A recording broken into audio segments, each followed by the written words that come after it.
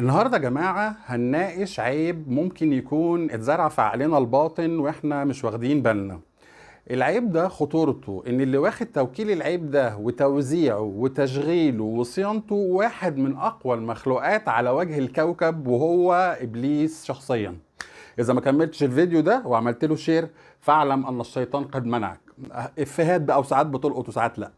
العيب ده هو الكبرياء بس الزائف. بعون الله هنفضحه ونشرحه ونحلله ونخلص منه، وأو بالمرة ناخد ثواب.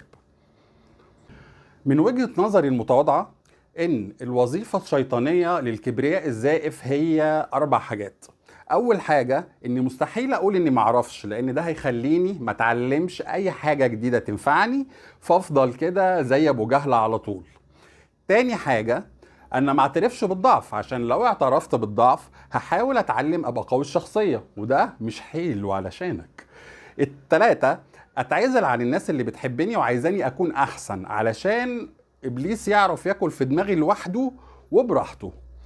4، وبما ان انا شايف ان انا اذكى واحد في الدنيا فابدا اقنع الناس بيه، علشان هو بيفرهد من الشغل الكتير الصراحة. هو work smart don't work hard. دلوقتي هشرح طريقة عمل الكتالوج الشيطاني ده من خلال العقل الباطن عن طريق سلسلة اسمها سلسلة المعتقد. بتبدأ بالفكرة المضروبة اللي هي المعتقد. يا نهار أبيض، أنا لو قلت أنا غلطان شكلي هيبقى وحش وقيمتي هتقل والناس هتركب وتدلدل رجليها. المشاعر اللي بتنتج عن المعتقد ده هي رعب وخوف من النقد وإحساس إنك في ساحة معركة ولازم تدافع عن نفسك.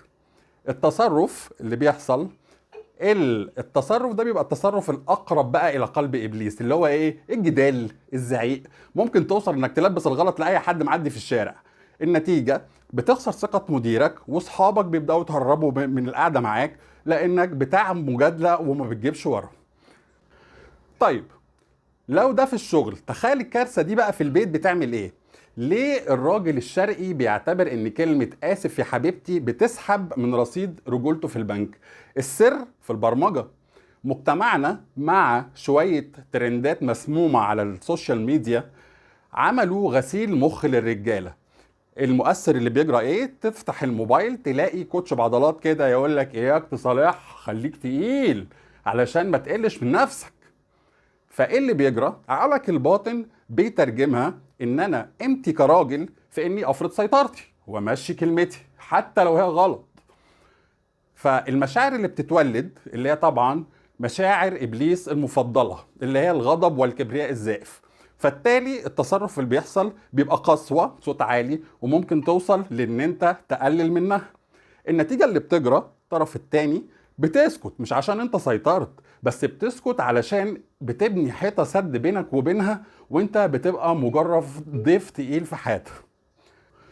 بالنسبة للست، نيجي بقى للطرف التاني، الكبرياء الزائف الملتهب، والراجل ما يجيش غير بالعين الحمراء. نصايح الجروبات اياها دي اللي بتخرب الدنيا. المهم المؤثر بيجي يقول لك ما ترديش عليه، خليه يلف حوالين نفسه. العقل الباطن ان بيتخزن فيه اي مبادرة مني او احتواء ده ضعف وهيمسح بكرامتي الارض. فالمشاعر اللي بتطلع تحفز دائم، احساس بالندية، كأنك داخل ماتش مصارعة بالصلاة على النبي كده، بس ما بقتش علاقة مودة ورحمة. التصرف اللي بيحصل بقى عناد، تمرد، انتقاد عمال على بطال. النتيجة ان الراجل بيحس ان هو فاقد الاحترام، فبيبدأ ينسحب عاطفيا وجسديا، وتتحول العلاقة الى حرب باردة. في رحلة بحثي بقى فتوصلت في علم النفس الاجتماعي هنا بيتدخل ويقول ستوب يا جماعة. الحل فين؟ الحل في النضج العاطفي والتواضع. النضج مش معناه الوش البلاستيك. النضج هو ان انت تفصل بين الانا اللي هي الايجو بتاعك او الكبرياء الزائف بتاعك اللي نافش ريشه، وبين المشكلة الحقيقية. والتواضع هو انك تفهم ان قيمتك مش بتقل لما بتغلط وبتعتذر، بالعكس ده بيخلق مساحة امان تخلي الطرف التاني يقدر يتنفس. هنا بقى في صفة في الراجل مستحيل هتتغير ولو اتشقلبتي على دماغك فتعلمي تتعاملي معاها ازاي. وفي يا بيه صفة في الست برضه مستحيل تتغير حتى لو كسرت لها دماغها، فتعلم تتعامل معاها احسن ازاي. عشان نفهم العك ده كله بقى بيحصل ليه، علماء النفس التطوري اللي هو الايفولوشنري سايكولوجي قالوا ان احنا نركب بآلة الزمن كده ونرجع لورا ايام راجل الكهف. عمنا راجل الكهف ده بقى كانت قيمته في القبيلة كلها متلخصة في حاجة واحدة فقط لا غير: قدرته انه يصيد الديناصور، يحمي الكهف، يوفر الاكل، ومخه اتبرمج على ان هو ده المحارب اللي الموفر. لو فشل هيموت هو وهتموت عيلته.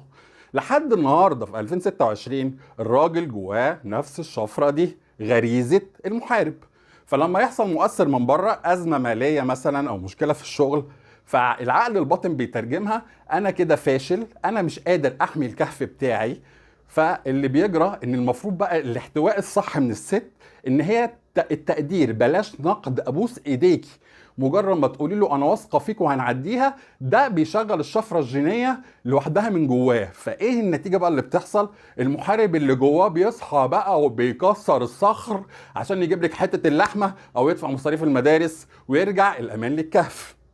على الناحيه التانيه بقى سيده الكهف اللي هي قاعده مستنيه جوزها، بقائها وبقاء عيالها كان معتمد 1,000,000% على ان الراجل ده يرجع وما يتخلاش عنها. علشان كده مخ الست اتطور وبقى فيه رادار حساس جدا لاي تغيير في سلوك الراجل. المؤثر اللي بيحصل انه راجع من الشغل ساكت او مكشر او مشغول في الموبايل، الرادار بتاعها اللاواعي بيلقط توت انذار: الراجل ده بيبعد في العلاقه، في خطر، انا ههلك انا وعيالي. المشاعر اللي بتنتج هي قلق ورعب وتوتر. التصرف: انت مبوز ليه؟ انت زعلان مني؟ انت بطلت تحبني؟ تبدا تفتعل مشكله اسمه التستنج بيهيفير عشان تتاكد انك لسه موجود وان انت ما رحتش في الوبا. دورك بقى كراجل ناضج تعمل ايه؟ مش انك تقول لها انت نكديه، انت كده بتكلم الرادار. دورك تطمنها، حضن، كلمه واضحه: انا مضغوط في الشغل بس انت الحته الطريه اللي في حياتي يا مزه. فبوم، في نار القلق دي بتطفي في ثانيه والرادار بيهدى وترجع سيده الكهف الداعمه اللطيفه. دلوقتي فهمتوا اللعبه يا جماعه؟ الموضوع مش مين هيكسب ومين هيفرض سيطرته، الموضوع جينات وبرمجه محتاجين نفهمها علشان نبتدي نرحم بعض. الوعي اللي اخدته في الكام دقيقه دول لو ما حطيتهوش في قيد التنفيذ هيفضل حبر على ورق للاسف. لو حسيت ان الحلقه دي نورت لمبه في دماغك، ما توقفهاش عندك، اعمل شير، انشر الوعي، وانزل في التعليقات قول لي ايه اكتر معتقد مضروب اكتشفت انك محتاج تفوره من دماغك النهارده.